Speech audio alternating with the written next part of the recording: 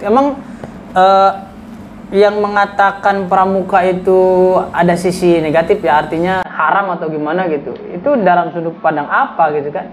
Apakah hormat kepada bendera itu sebuah kemusyrikan, sebuah kekafiran, bahkan dikatakan menduakan Tuhan?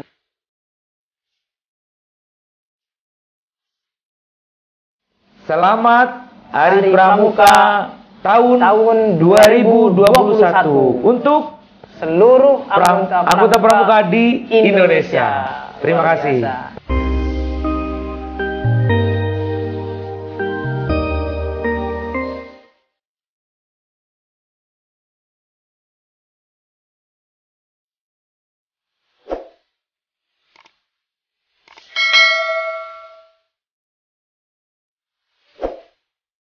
Assalamualaikum warahmatullahi wabarakatuh. Waalaikumsalam warahmatullahi wabarakatuh. Adik-adik dimanapun berada, ketemu lagi dengan saya Katikno. Pada hari ini pas di momen Hari Pramuka, kebetulan Katikno ini berada di lokasi yang berbeda. Saat ini Katikno sedang ngobrol bareng dengan tamu Katikno, ya. Beliau adalah Gus Iip. Iya. Ya Gus. Iya. Atau nama lengkapnya Ustadz Iip Miftahuzzaman. Betul ya Gus ya? Betul. Tuh. Oke adik-adik, sebelum Katikno ngobrol dengan Gus Iip, ya, mungkin Katikno perlu perkenalkan diri dulu. Kebetulan tamu Katikno pada hari ini itu adalah Gus Iip ini. Beliau itu adalah seorang ustadz yang sekarang lagi naik daun, ya. Naik daun, jatuh ya. Iya, naik daunnya jangan tinggi-tinggi tapi Pak Ustadz.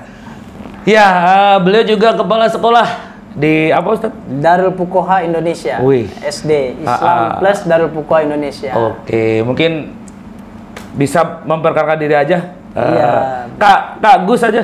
Gus ya. Kalau kan di Pramuka itu kan Kak. Oh Kak, berarti Kak Iip. Gitu ya. betul, tepat. Kita berubah jadi Kak Iip dulu berarti nih. Silakan Kak. Baik.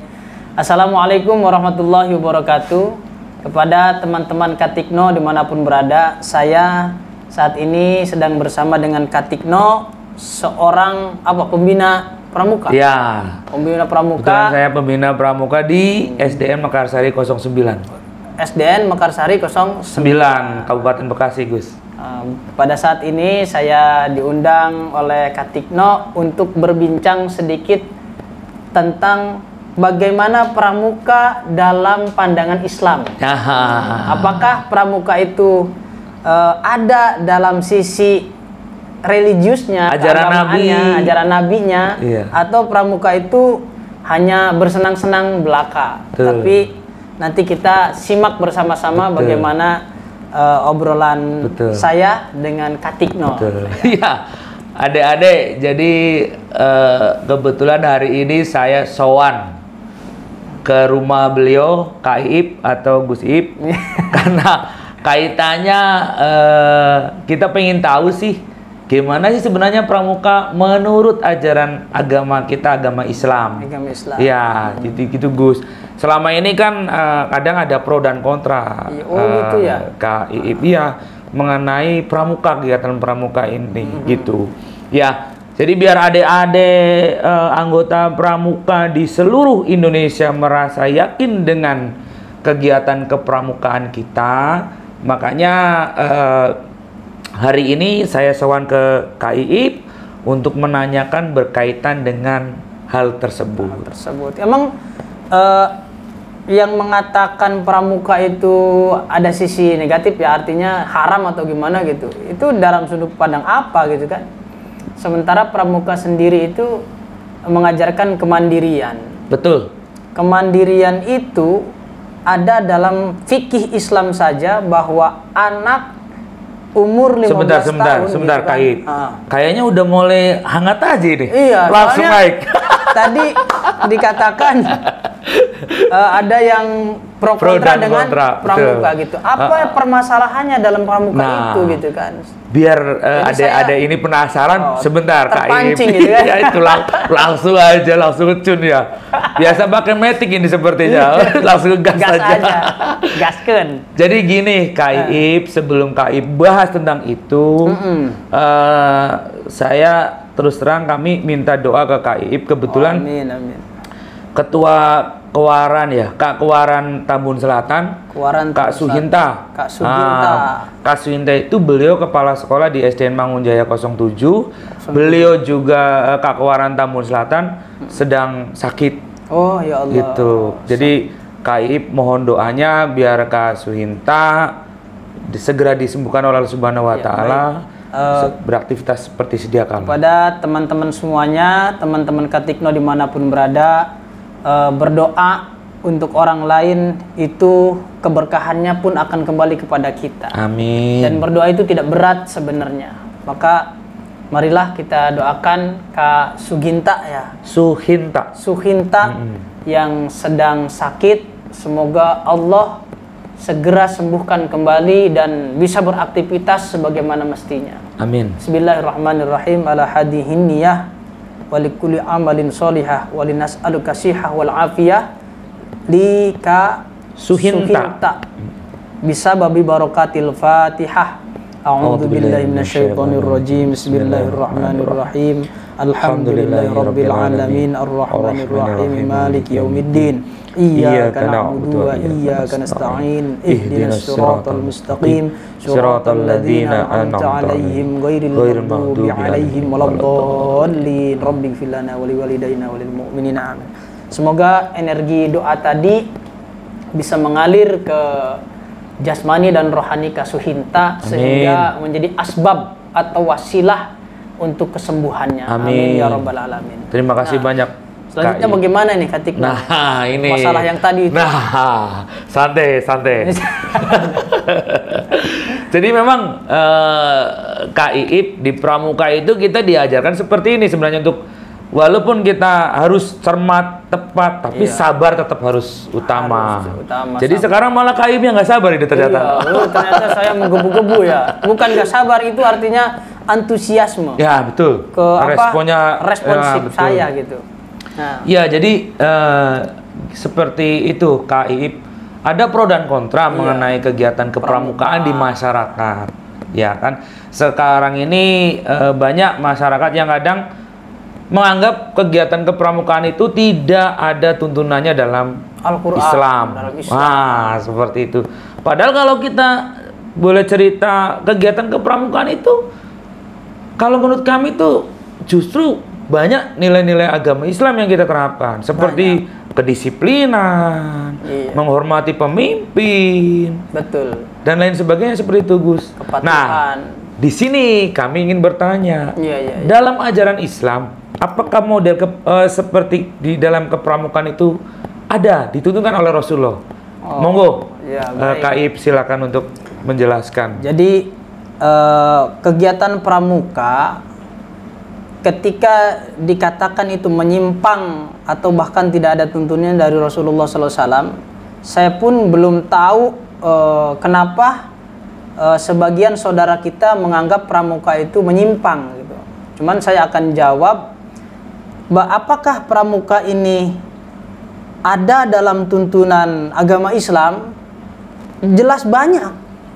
Karena kan yang saya lihat dan saya rasakan dulu juga, saya kan sekolah gitu kan. Betul. Pramuka Enggak langsung jadi ustadz begini? Enggak. Kita pramuka juga saya dulu. Saya pikir ustadz ini langsung lahir langsung jadi ustadz. Enggak, pramuka dulu kita. Berkemah ya. Kemudian saya merasakan ketika di pendidikan pramuka, kebetulan saya pun juara kemah waktu SD itu. Wah. Juara kemah. Dan keren. saya pinrunya. Waduh. Saya pimpinan regu waktu itu. Dan waktu itu saya nggak ngerti kalau pramuka itu ada pro kontra gitu, karena kan masih SD. Betul. Tapi ternyata setelah saya terjun di dunia Islam, kemudian saya mempelajari kajian-kajian Islam, dan ada sebagian saudara kita malah menganggap pramuka itu menyimpang gitu. Saya ingin mengatakan kepada teman-teman semuanya, pramuka itu tidak menyimpang sama sekali dari ajaran Rasulullah SAW. Yang pertama, pramuka ini yang saya tangkap adalah kemandirian, Kak Betul. Tikno ya. Betul. Kemandirian itu sangat diajarkan dalam agama Islam. Karena kata Rasulullah SAW mengatakan bahwa khairul amal itu adalah sebaik-baiknya pekerjaan adalah pekerjaan yang dilakukan oleh tangannya sendiri. Itu kan termasuk kemandirian. Betul. Dalam makna eksplisitnya, dalam makna tersiratnya adalah kemandirian. Dan pramuka itu tidak menjadi anak cengeng, tidak menjadi anak yang manja, apa-apa nyuruh gitu kan. Betul. Tidak kan. Ketika dia mau minum, dia harus mengambil minuman itu dengan tangannya sendiri. Ketika dia mau makan, dia masak. Betul. Bisa berkelompok, Betul. yang satu umpama mengiris bawang, yang satu mengiris cabai, yang satu nyalain Iya. kompor, itu kerjasama. Dan kerjasama itu dalam agama Islam pun adalah pelajaran yang sangat penting, bukan individualis gitu kan. Karena kan Rasulullah juga mencontohkan di situ ya. mencontohkan. Apa contohnya? Seperti Rasulullah itu menggali ketika perang Parit. Perang Parit itu perang Khandaq. Iya. Rasulullah mengajak para sahabat untuk menggali parit dan Rasulullah sendiri turun Luar tangan. biasa. Ini adalah teamwork, sebuah kerjasama yang baik. Nah, di dalam pramuka, tali temali itu kan kerjasama. Betul. Kemudian mendirikan tendanya kan gak sendirian. Betul. Kamu aja dia yang mendirikan tenda, kan Betul. tidak. Padahal di situ saya mau nanya Iya. ke Kak Iip, Iya, kegiatan pramuka apa yang Kak Iip pernah lakukan yang ada kerjasamanya? Ternyata langsung langsung dijelaskan. Banyak sekali Banyak ya. sekali. Masak ketika saya di dapur itu kan, di dapur kemah, masak bersama-sama, kemudian mendirikan tenda bersama-sama. Itu semua sebuah bersama dan tidak boleh menjadi individualis yang hanya mementingkan kepentingannya sendiri. Betul. Itu ada semua dalam tuntunan agama Islam. Pertama, teamwork, kerjasama. Bahkan dalam Islam katanya ya suddu ba'dukum ba'do. Kalian itu harus saling menguatkan, saling mengisi, saling memotivasi. Betul. Itu kan ajaran Islam. Ya suddu ba'dukum ba'do. Bahkan kalbunyan, bahwa kita ini dalam kehidupan seperti satu bangunan. Kalau satunya tidak lengkap, tidak melengkapi, maka bangunan itu akan roboh seperti goyang paling enggak ya. goyang kali enggak ya jelek lah bangunan Iya, tersebut. jelas. Bahkan Jelas, betul. Dalam pramuka pun ada nilai ta'awun. Kan ada dalam Al-Qur'an ta'awanu 'alal birri wat taqwa.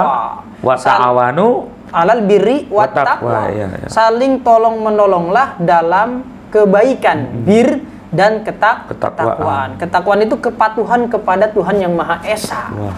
Itu di pramuka itu diajarkan sekali. Maka ketika seperti dasa dharma pramuka, itu kan ada janji Betul. pramuka. Iya. Itu kan tidak ada yang menyimpang. Apa sih isinya, Kak Tikno? Dasa dharma pramuka itu apa aja? Saya kan udah lupa. Oke, siap. Kak Iip, sepertinya yang Dasa Dharma Pramuka nanti saya akan buka di channel Gus Iip. Ya, Oh, jadi siap. adik-adik. Nah, Berarti kita gantian di channel iyalah. Oh, iya. Tadi Kak Iip menanyakan tentang Dasa Dharma ke Pramuka, saya, ke iya. Kak Tikno. Ternyata Gus Iip itu punya channel YouTube. Kak Iip ini punya channel YouTube. Nah, tentang Dasa Dharma nanti kita buka di channel Berarti Gus saya Iip. yang nanya nanti ya? Iya, nanti siap. nih channelnya Gus Iip di bawah ini ya. Iya. Silakan nanti bisa di searching aja di YouTube. Insya Allah kita akan nanti berbalas. Jadi Kak Iip yang bertanya mengenai kepramukaan ke Iya. Kak Tikno. Kalau sekarang berarti saya yang menjawab tentang pramuka dalam sisi keislaman. Betul. Ya Oke. itulah tadi Kak Tikno, bahwa pramuka itu adalah sisi yang positif menurut saya. Ada nilai ta'awun, nilai saling tolong-menolong dalam kebaikan dan ketakwaan kepatuhan. Betul. Bahkan kepada pemimpin pun seorang pramuka itu harus patuh. Betul. Ya kan? Ada atiullah wa atiur rasul wa ulil amri minkum. Ulil amri itu termasuk bagian yang terkecil yang menjadi pemimpin Di kepada lingkungan. diri kita. Nah, RT, itu. RW. Betul. Kemudian ya kalau di pramuka mungkin kakak-kakak pembina. Betul. Seperti itu. Termasuk pemimpin regu. Pemimpin regu, pinru. Adik-adik. Jadi dengan pinru pun tadi apa kata pinru ya. Oke, Kak Iip. Ya. Ini tadi di kepemimpinan udah dapet nih poinnya. Yang berikutnya ingin saya tanyakan mengenai cinta tanah air.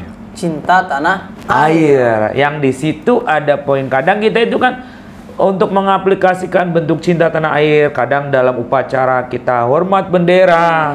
Nah, ini juga menjadi sebuah fenomena. Coba kami minta pencerahannya lah dalam hal ini berkaitan dengan hal ini. Iya. Biar adik-adik semua ini bisa Cinta tanah air. tidak ragu-ragu lagi dalam mengamalkan. Dan ekspresi-ekspresinya ya. Betul.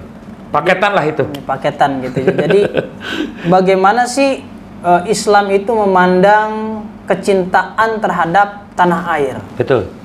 Kecintaan terhadap tanah air itu para ulama terdahulu itu sepakat. Bahkan itu bagian dari iman kalau dalam ajaran Ahlus Sunnah wal Jamaah An-Nahdiyah.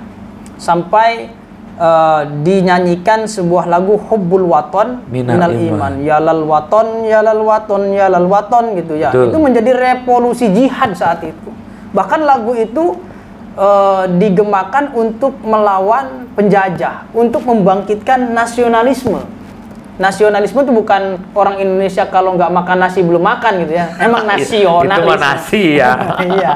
Tapi memang orang Indonesia kalau belum makan nasi katanya belum nggak makan. nasionalisme. Nggak nasionalisme. Makanya nasionalisme. Dan hubbul waton minal iman itu bukan semata-mata untuk membangkitkan gairah kebangsaan, bukan.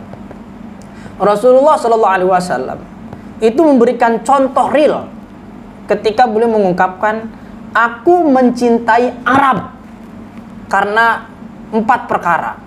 Kan gitu ya, aku mencintai Arab berarti karena 4 perkara. mencintai tanah kelahirannya Tanah beliau. kelahirannya artinya Kan di Arab beliau lahirnya. Di Arab. Saya mencintai Arab karena 4 perkara. Yang pertama katanya, karena saya orang Arab.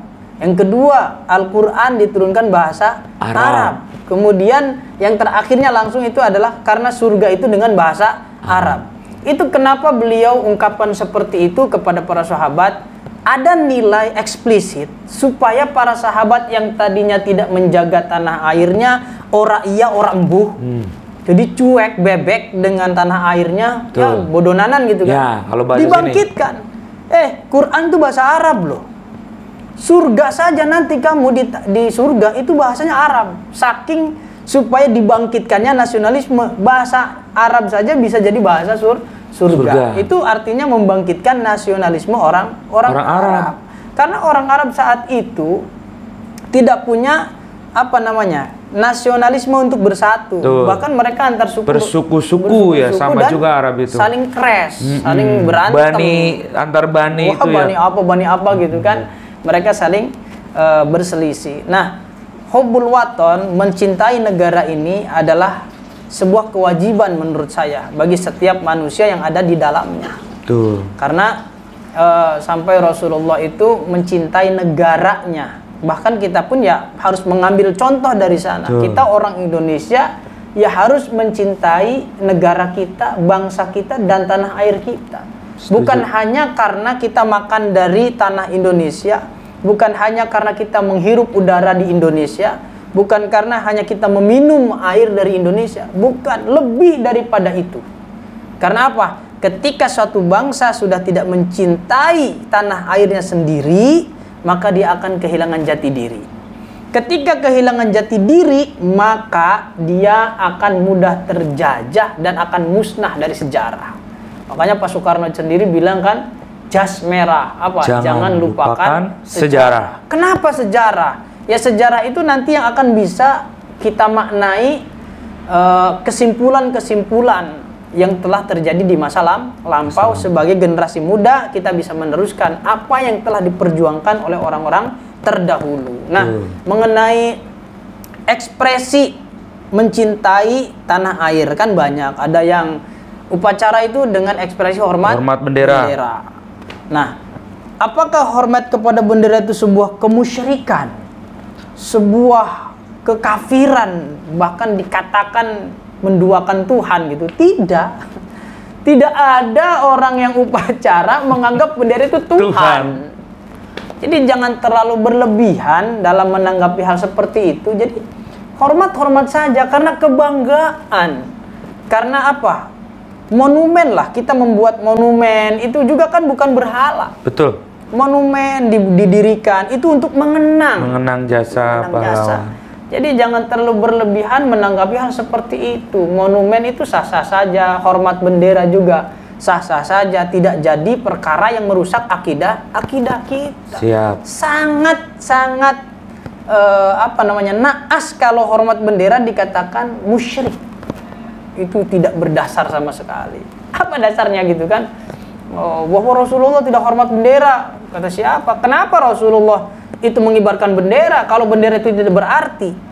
Tapi kan nggak hormat. Ya mungkin zaman itu hormat bendera dengan cara yang lain. Cara yang lain. Iya. Saya Kenapa ada itu. aliwa, aroya? Kalau bendera itu berbahaya bagi akidah, janganlah ketika itu Rasulullah pun mengibarkan aroya dan aliwa. Bahkan nanti di akhirat bendera dikibarkan, Katikno. Betul. Kan ada tahta liwa'i Rasulillah sallallahu alaihi wasallam. Bahkan doa ketika doa kamilin salat tarawih itu dibacakan tahta liwa'i sayyidina Muhammadin sallallahu alaihi wasallam, di bawah benderanya Rasulullah. Tuh, bendera itu jadi bukan hanya sebagai simbol nasionalisme atau simbol sebuah negara. Justru bendera itu adalah bisa jadi kehormatan sebuah negara atau sebuah bangsa. Tapi ketika hormat ya kita tidak ada niatan, itu Tuhan saya, itu yang maha suci, nggak ada. Itu hanya secari kain yang diwarnai, mungkin ada warna merah sebagai simbol bahwa ini loh Panji yang negara kita. Simbol saja, simbol. Ya kalau dikatakan musyrik, kenapa ibaratnya kita bersujud di depan Ka'bah kan batu. Betul. Bukan Tuhan gitu. Itu kan syariat gitu kan. Itu kan yang diperintahkan. Ya sama saja ibaratnya kenapa harus yang ada langsung dikatakan qot'i bahwa itu adalah syariat.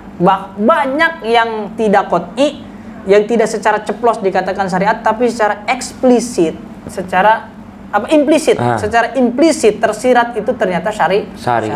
Seperti itu Kak Tikno. Oke, adik-adik, kakak-kakak, penjelasannya keren banget nih dari Kak Iip ini. Ya, ternyata beliau sangat bersemangat sekali. Jadi jiwa pramukanya benar-benar masih ada beliau nih, melekat. Gitu ngelihat Kak Tikno ini pakai baju pramuka. Jadi seolah-olah saya itu lagi pramuka. Benar, gitu. Ini luar biasa pinru. Iya, pinru. Saya pinru dulu. Untung ini kita nggak di lapangan. Kalau di lapangan kita cek PBB-nya nih Kak Iip nih. Beres itu. Kak Iip, mungkin ini jadi pertanyaan terakhir. Iya. Nah, ini mengenai api unggun. Api unggun. Nah, mungkin Kak Iip bisa flashback zaman-zaman dulu ya. Sayonara. Ketiga perkemahan kan kita biasanya malam terakhir itu kita ada upacara api unggun. Sayonara gitu ya. Ya, itu kan di tengah-tengahnya itu kan ada tumpukan kayu kita seremoni dulu baru kita bakar. Ini juga menjadi sebuah pertanyaan bagi adik-adik dan kakak pramuka itu. Dalam Islam juga katanya nggak boleh. Apa itu upacara bakar-bakar kayu itu api? Ini cenderung dengan kaum lain seperti itu. Mohon Kak Iip ini untuk bisa menjelaskan mengenai hal ini juga. Baik. Begini Kak Tikno, itu memang